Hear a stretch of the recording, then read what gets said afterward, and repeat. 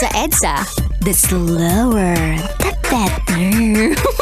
Sa EDSA, usad pagong is live! Kaya kung ako ikaw at ikaw sila, mag-EDSA na tayo! EDSA! Kasama mong natatrap. Diego Bandido!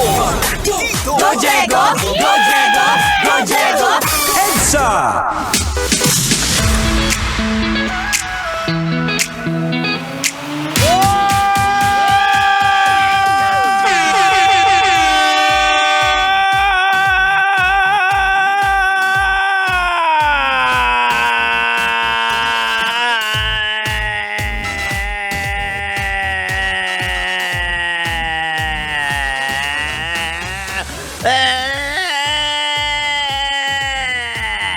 Eto na naman sa EDSA kaban, but I'm riding on, I keep riding hard. Di pa rin nasanay itong aking kailaliman, but I'm riding on, I keep riding hard. Eto na naman sa EDSA kaban, but I'm riding on, but I'm riding on. Di pa rin sa aking pilitan, but I'm riding on, I keep riding hard.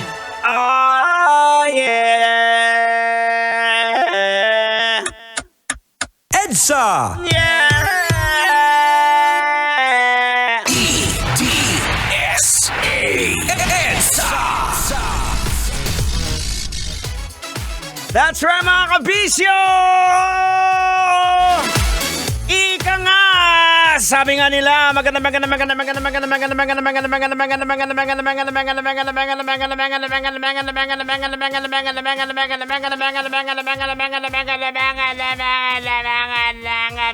niyo lahat. EDSA. EDSA. Ito po ang programang magbibigay sa inyo ng napakalupit na experience. EDSA. EDSA. EDSA EDSA. Kasama po niyo abang lingkod Diego Bandido. Dito pa rin sa pinakamalupit, pinakamasayang programa.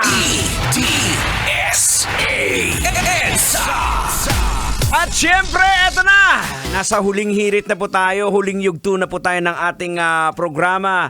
At eto na, hindi na natin patatagalin to mga kabisyo. Eto na!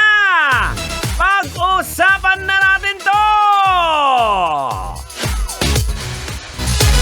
Viral sa SOCMED ngayon ang lalaki na nag-resign sa trabaho dahil hindi niya daw mabigyan ng oras ang kanyang nobya! EDSA EDSA. Sa kanyang sulat, humingi siya ng pag-unawa at ipinaliwanag na nagdesisyon siyang huminto na sa trabaho! EDSA EDSA. Dahil apektado na ang kanyang love life! Oh no! Pambihira naman. Palagi siyang niyayaya na kanyang nobya daw na mag-date tuwing Biyernes at Sabado. Ngunit, hindi siya makasipot dahil palagi siyang naka-duty! EDSA EDSA. Grabe naman to! Dagdag pa rito, sinabihan niya ang kanyang nobya na puro na lang ito. Dahilan mula Lunes hanggang Sabado at hindi na daw siya makapaglaan ng oras tuwing Linggo dahil naglalabas siya at nagsisimba. Ayaw niyang maghiwalay sila ng kanyang nobya dahil lamang sa kanyang trabaho. Kaya hiniling niya na maunawaan sana siya ng kanyang amo. No. Pambihira naman, oh. O, Tang, logican na natin to. Ano pag nihintay mo, logican mo na yan, kalbo.